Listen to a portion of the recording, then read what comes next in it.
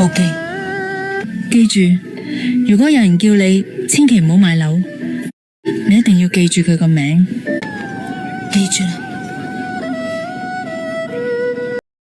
張無忌，記住，今日我唔係想鬧任何一個人，我想講嘅係香港呢幾年成個 YouTube 生態。近幾年，你只要打開 YouTube、Facebook、Threads， 你會發現成個世界都好似只有一種聲音，都係講港樓會暴跌，最後逃生門，樓價跌70%，千祈唔好買樓。我想問大家一個問題，如果你3年前真係完全相信呢啲說話，今日你贏咗定輸咗？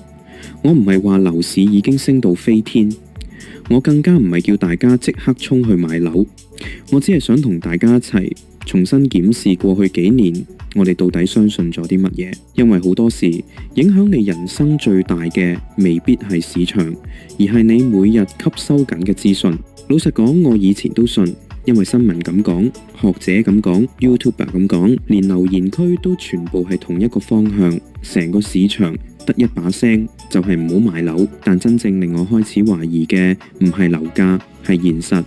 我開始見到身邊朋友結婚、生仔、換樓、自住，開始見到高才通落戶，開始見到租盤越嚟越難揾。我開始問自己一句，如果香港真係去到世界末日，點解現實同 YouTuber 講嘅好似越嚟越唔一樣？真正令我開始重新思考樓市，係今年 DSE 考完，我幫國內侄仔喺香港揾學生租盤，我以為學生盤好多，結果我完全估唔到，打電話租咗，約睇樓話租咗，第二日再問又話租咗，代理同我講，而家學生盤好快，見到就要決定。嗰一刻我突然醒一醒，如果樓市真係冇人要，點解租盤可以咁緊張？除咗學生、高才通租、專才租、家庭租，好多租客其實都開始計埋同一條數。如果供樓同租樓差唔多，我點解仲要幫人供樓？於是開始由租轉買。嗰一刻我開始明白一件事，經濟差同冇地方住根本係兩回事。人可以唔買股票，可以唔去旅行，可以唔換電話，但冇可能冇地方住，呢個就叫剛性需求。之後我開始研究，究竟點解 YouTube 成日都係一面倒。後來我終於明白，因為 YouTube 嘅遊戲規則本身就中意極端，好似香港樓市正常冇人睇，香港樓市慢慢復甦冇人睇，但如果標題係香港樓市暴跌70%，最後逃生門，香港玩完，點擊率即刻高幾倍。所以我唔認為所有 YouTuber 都係呃人，但平台嘅演算法會自然獎勵最悲觀、最恐怖、最極端嘅內容。慢慢觀眾就會以為極端就等於真相，但市場從來都唔係得黑同白，真正嘅市場大部分時間都係灰色。講到香港樓市，一定避唔開葉秀亮教授。我想講，我唔覺得佢亂講，相反，好多宏觀分析我都認同，例如香港財政壓力、內地房地產問題、北水收緊、837號令，呢啲我認為都有一定參考價值。但問題係，宏觀經濟唔等於樓價，樓價除咗經濟，仲有政府，仲有銀行，仲有土地供應，仲有按揭政策，仲有人口，仲有租務市場，仲有發展商，仲有人性。經濟差，政府可以設立，銀行可以展期，發展商可以封盤，土地可以減推，人口可以增加。所以香港樓市從來都唔係一條數學公式，而係一場多方博弈。呢個正正就係好多純宏觀模型最難計算嘅地方。過去幾年樓市的確有好多負面因素，高息、北水減少、移民潮、發展商壓力、呼吸 plan、90%按揭，全部都存在。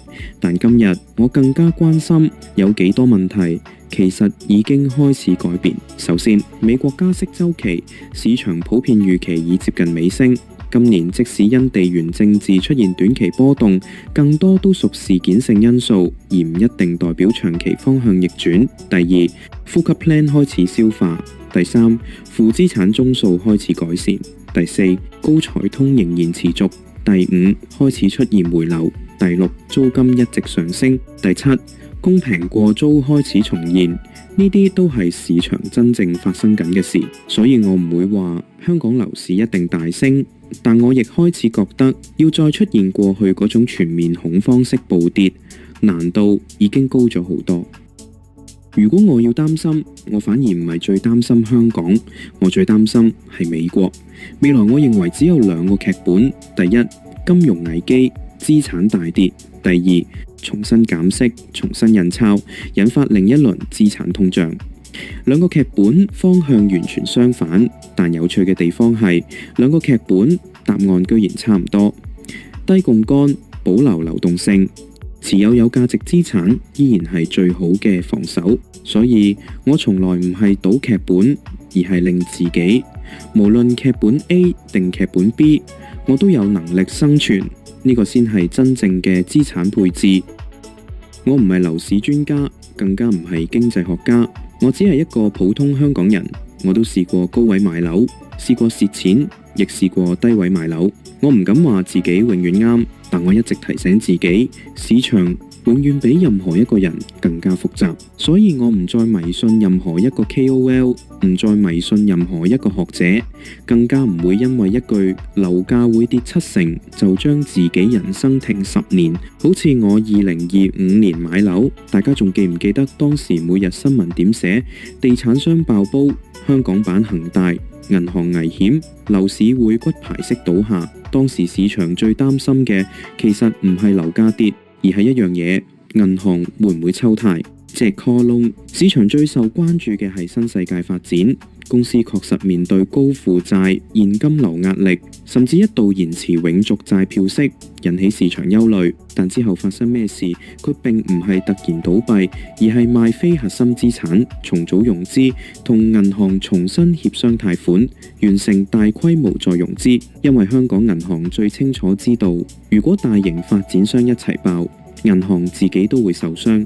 所以最後市場見到嘅唔係互相推倒，而係大家一齊重組、延期、賣資產同減債。呢個就係金融市場成日講嘅 extend and pretend， 展期，而唔係即刻清盤。呢個做法未必完美，但目的係降低系統性風險。我開始明白一件事，市場最危險唔係有危機，而係冇人處理危機。2025年香港最大嘅考驗唔係地產商有冇債，而係銀行會唔會放手。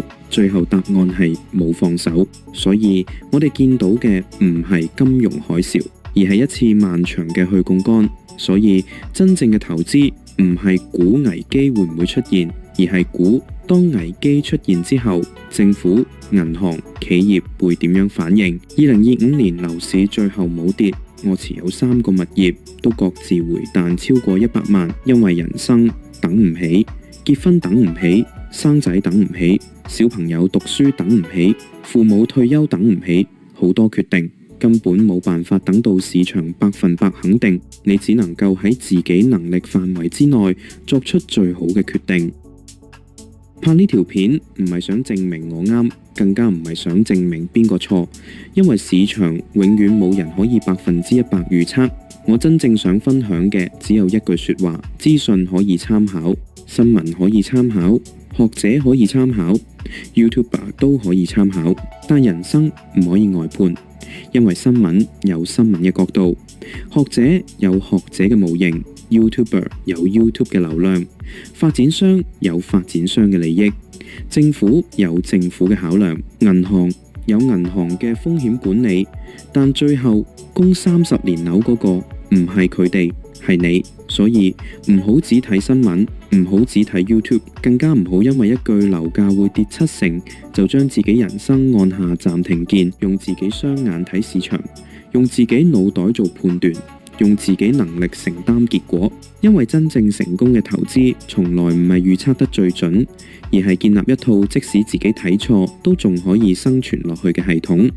資訊可以參考，但人生唔可以外判。如果你認同今集，希望你 like 同分享俾一個曾經因為網上言論而猶豫買樓嘅朋友。